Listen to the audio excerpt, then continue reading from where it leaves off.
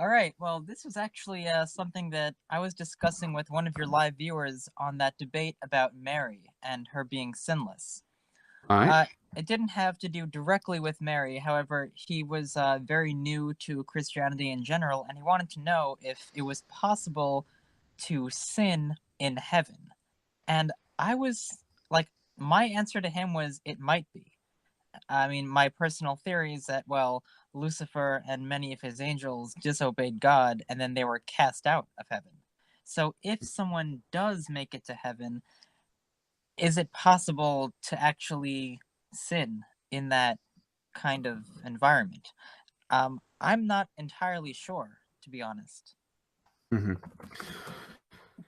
All right. So concerning this, I personally don't think that we see anywhere where it's talking about that there will be sin in heaven, because at that point, then they would go to hell. And those people would be cast into the lake of fire, as we have seen and it demonstrated. Yeah, Um, yeah. so, That's why I brought up Lucifer because he was the only person, or I guess individual that I know of who actually did so while there, and then he was cast into hell. well, that's the thing. That's mostly a tradition thing. There's nowhere that explicitly states what happened that he did that caused him to be casted out, and such. I mean, some people may speculate that it's the serpent in Genesis, but there's theories about that. But even if that's the case, that he's one of these seraphim, these different angels of a category that's there. Hmm. Um, that's still happening on Earth, not in heaven. It's happening in this paradise area, not in heaven.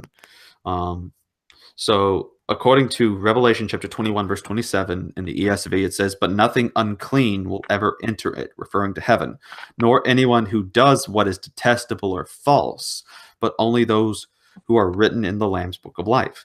So, this Hmm. is Revelation chapter 21, verse 27. It says that nothing impure will enter there. In other words, we have sin, which makes people impure, defiled before God.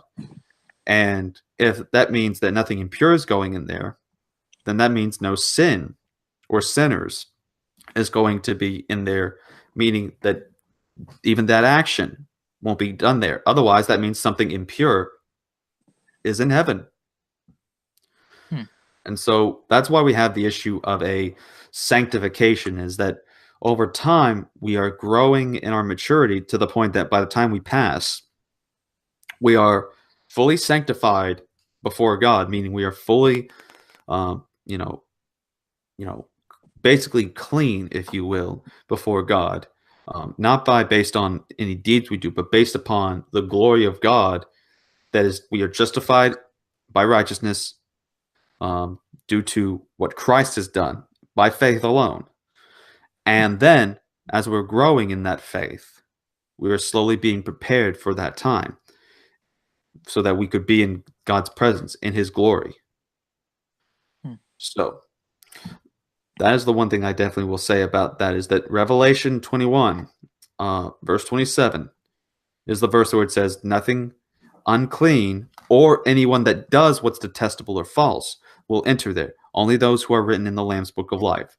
So if you are a Christian, if you're a believer, you will not sin when you get into heaven, because it's impossible for something that is unclean or performing something impure to, be in that presence.